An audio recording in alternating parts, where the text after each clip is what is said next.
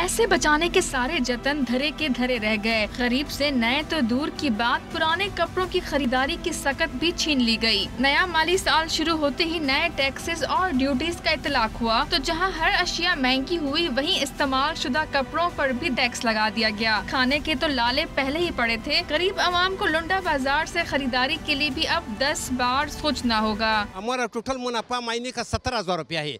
18,000 bill बिजली का आता है, 4,000 रुपये गैस का आता है। हम सूखा रोटी खाएगा, कपड़ा, स्कूल और डॉक्टर को छोड़ दो, हम तबाह हो गया है। और वो मस्जिद जो टैक्स लगाया है, ऐसा बोलो कि हम लोगों ने उधर रातिम खाने में बैठ जाएगा, वो कोई हमारे पास वो रास्ता नहीं है। पुराने कपड़ों के ताजरों का कहना है कि टैक्सों में इजाफे के बायस कारोबार करना मुश्किल हो गया है। अभी हमारे कस्टम में जो माल आ रहा है उस पर 10% टैक्सेस लग चुके हैं। जो पर केजी यूज़ क्लॉथिंग उस पर 8 रुपये बढ़ चुके हैं, और जो जूता है उस पर 20 से 25 रुपये बढ़ चुके हैं। दुकानदारों ने हुकूमत से दरामदी इस्तेमाल शुदा कपड़ों पर आयद ड्यूटी के फैसले पर नजरसानी का मुतालबा किया है।